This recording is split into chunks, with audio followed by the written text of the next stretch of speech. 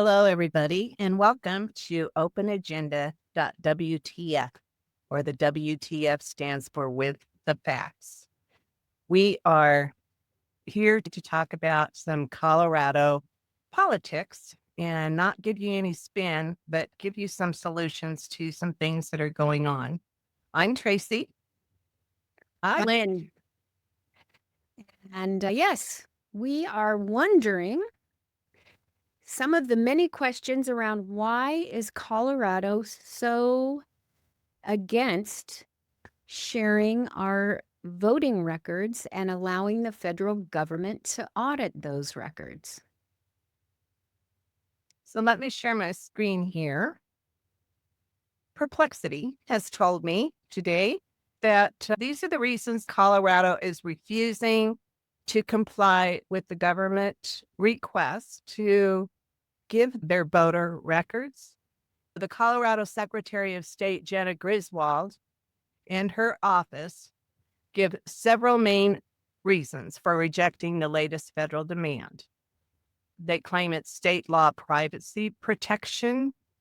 Colorado updated its open record laws in 2024 to forbid release of sensitive personal data, such as your date of birth, signatures, driver's license, social security number, which is a good thing. I think what they are saying, the way that I understand it, is that by complying with this request from the federal government, that information will no longer be private. This is information that the Department of Justice is requesting through the latest request that they had given to Colorado and 14 other states.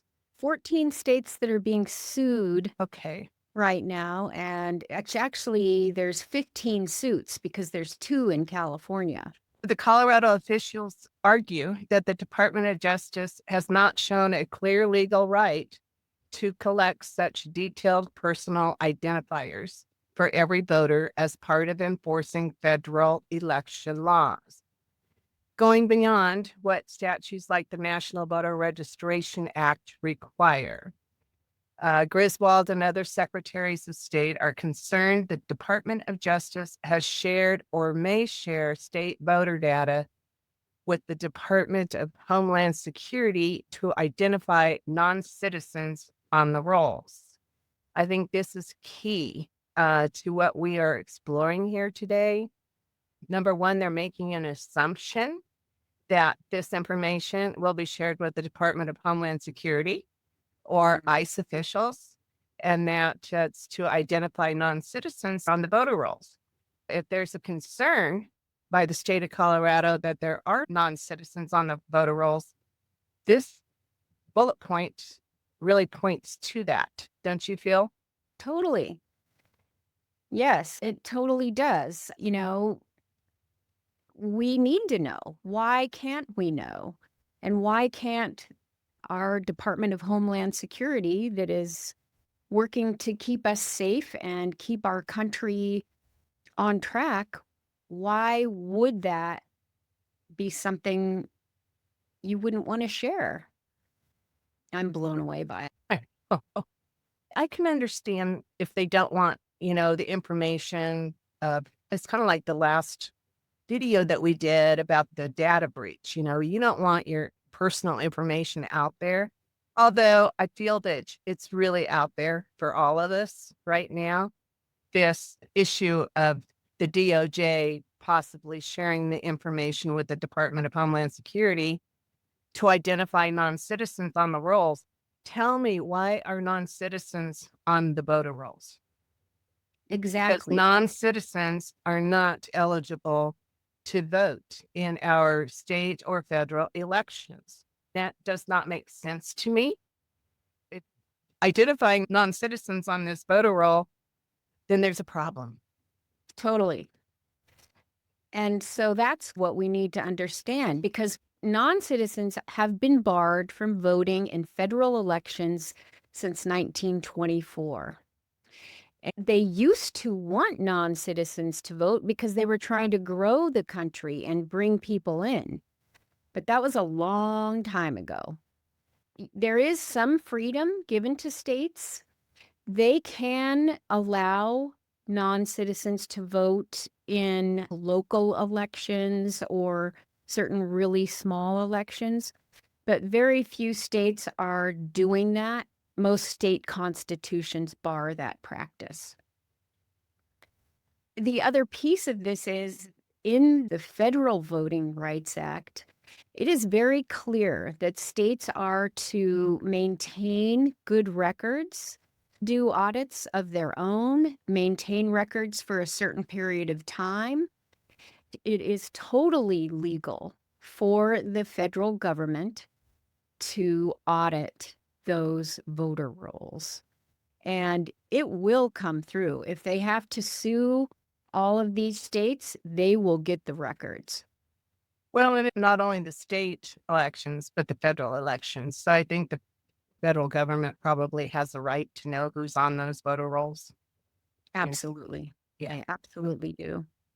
They have already found over 260,000 dead people on the voter rolls. Vote. They voted. These Yeah. are people that were dead that cast votes. Our government officials, our Colorado officials will say this illegal voting problem is not widespread. It's a minor problem. But every vote is important. An election, a small election, can be won or lost by one vote. It devalues our votes when there As are citizens. non-eligible people voting. I was listening to Harmeet Dillon this morning, and I really like her. I like her approach. She's a strong woman. And she said, it's kind of like, would you go to a surgeon who said, well, I have some malpractice suits, but they're not widespread. Would you ever go to a surgeon that was dealing with malpractice suits? It gets back to what is widespread. And Exactly. And Yeah. that one vote is an important vote. And if an illegal citizen is voting because they are getting benefits from a certain political arm of state or federal governments, Oh, what kind of benefits would that be? Would that be a fancy health hotel room? insurance, all kinds of things. Why don't you talk about Paulus and what he signed into law? He signed Senate Bill 1-25. The first thing he did this year, the Senate Bill 1-25. If you have that, if not, I do. Oh, I don't have it up anymore, Tracy. Sorry. I can get it. I can get it. So let's see here. This is it. And some of these pieces are very interesting because they're covering, you can see the list here of what they're covering. The ones that we found most interesting were election-related data collection. And what was the other part that we were looking at here? We did talk about the Protected groups. the protected groups, wondering what actually are protected groups. And it was pretty vague, I think, what they were talking about, wasn't it? Yeah, it can be It was a protected group. women, minorities, race, color, ethnicity. Race, color, national origin, language, And- minority status, religion, sex, disability, and similar traits. These protected groups are already protected without having a Senate bill related to the Voting Rights Act. My question was, if they don't understand the language, if they're a protected group and they get a ballot and don't understand it, how do we remedy that? Does the state of Colorado, are they going to print that or have it available in 50 different language? It's really vague what they're talking about there. Yeah. The other piece is, Colorado says they're trying to protect us by not sharing the information. But in 1996, Congress made non-citizen voting in federal elections a punishable crime by fine or imprisonment. I think that our secretaries of state across the country that are not cooperating maybe are feeling more embarrassed about what's happened in their voter rolls, or maybe they're trying to cover up crime. Yes, it is a crime, punishable by a fine and a felony. If they are allowing non-citizens to vote, Jenna Griswold in the state of Colorado and others, are they complicit in allowing non-documented citizens to vote in our elections? I'm trying to draw a correlation there between them saying that they're afraid that the Department of Justice will give that information to Department of Homeland Security and it will affect the privacy rights of the non-citizen. They shouldn't be on the voter roll is the bottom line. That's the Shouldn't bottom be line. on that voter roll that the Department of Justice wants them to turn over. I'm just not following the thinking with these states that don't want to give up that information. We don't want dead people on our voter rolls. We don't want undocumented citizens on our voter rolls. We want to, as citizens of the United States of America, we want to have the citizens voting for people, laws, and different things that come up during election time, right? Totally. We also don't want people that are registered in multiple states or voting from different states. The states should cooperate with the federal government. Let's get this all straightened out once and for all before midterms start next year. Really, because this is the state's job. They should be auditing their voter rolls. That's why the Department of Justice has stepped in, because these jobs are not being done. And there's not a good process of integrating information. With all the technology we have these days, this should be a snap. To fight against it is, Yeah, that's what I don't understand. It's like being the bully on the block. I'm not going to share my toys. I'm not going to give you the information that you want. I just don't understand it. And living out of the country for a year, when you are in another country, you abide by that country's rules or you face penalties. The countries I am familiar with wouldn't put up with something like this.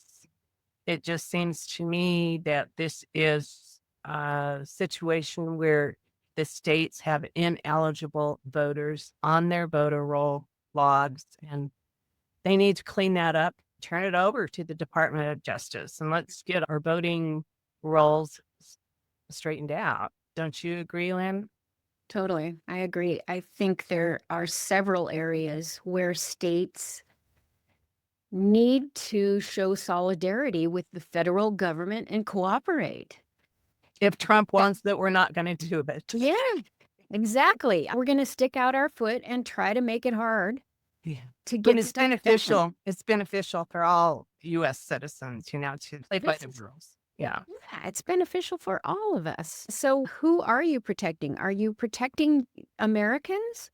Or are you more interested in protecting non-documented non-citizens? We want our country back, and we want to make America first. And we've done some research on this, and it's like a lot of things make sense to me. The rules need to be the same for all the states. We can't have one state deciding, oh, it's okay if your vote shows up 9 days late. We'll count it anyway. There needs to be a consistent policy and procedure and process for all this voting information. I agree. And And- it feels like in the last 10, 20, 30 years, it's just been haphazard. There's no rhyme or reason. And it's time to take a look at that and get it under control. I think so. I'm not an advocate for the federal government controlling everything in our lives. I do think that a lot of this should be handled by the states. But I think as well that the states need to do their fair diligence and they need to earn the confidence of the citizens of that state by ensuring that the voter rolls are accurate. They work for us, right? I'm not a big advocate for the federal government being in every part of our life. And I do like that states have a lot of control, but they need to be responsible with that control. I think there's a certain respect owed to the federal government. How confident do you feel about our voting in Colorado right now? When our Secretary of State is saying, no, we don't want to share the information, that creates mistrust. I'd like to know that from folks that are watching. Where's your confidence level with how the voting is going in Colorado? And how will it go? And again, are they protecting themselves from some sort of crime punishable by fines and imprisonment because they are helping ineligible voters to vote? That's a serious question. I do believe that we need to ensure that the people of this state are protected by those who are in charge. And if those in charge are not willing and able to give us accurate information, then something different needs to happen. Let's vote them out. Let's do talk over again. I don't know if that's the answer either, but these lifetime politicians don't like that idea too much. We need to encourage everyone to vote. Don't pass up voting on a 2-year election, or don't pass up voting when you have a chance to vote in a primary. It's become more important for us to use one of the best tools we have, our vote, and our ability to communicate why we're voting in a particular way with others. What we're trying to do is get the word out and get some information out so people know what the facts are and can decide for themselves what's really going on. Yeah, and it becomes a mystery sometimes when we search for the facts because we want facts to support what we say here on Open Agenda. We do want the facts. We want open dialogue. We want civil dialogue. We would like for anybody watching this to participate in dialogue by posting here, getting in touch with us. Let's see what you guys feel. I'm really interested in that. I just don't think that I am all alone in the way that I'm feeling about some of the things that are happening within our state and the inability for our government to move forward on so many things, our federal government, because there's no cooperation or very little cooperation in a lot of the states. And it makes me weary. It makes me tired because, I kind of like living in the United States and in this beautiful state of Colorado. Yeah. You don't want to see things diluted little bit by little bit. When states are out of sync or rebellious against the federal government, that's when you see gun laws being diluted. Our Coming back to constitutional rights. Yes, coming back to the Constitution and having a clear understanding of what our rights are and how they are implemented and how to protect them. Big time. I was going to say, what do we say? We got to keep paying attention, Tracy, or somebody else is going to be writing the rules. I'm not sure that we're going to like the rules that they write. So Exactly. thank you, everybody, for joining us. We will be having another discussion next week. I'm not sure what the topic will be on that. It seems like things change daily on what's important and what's not. Glad you could join us today. And thank you, everybody, for coming. Thanks, Tracy, and thanks, everyone. Yeah. Like, subscribe, leave us a message. We'd love to hear from you. And share this. Please. Thank you. Thanks, guys.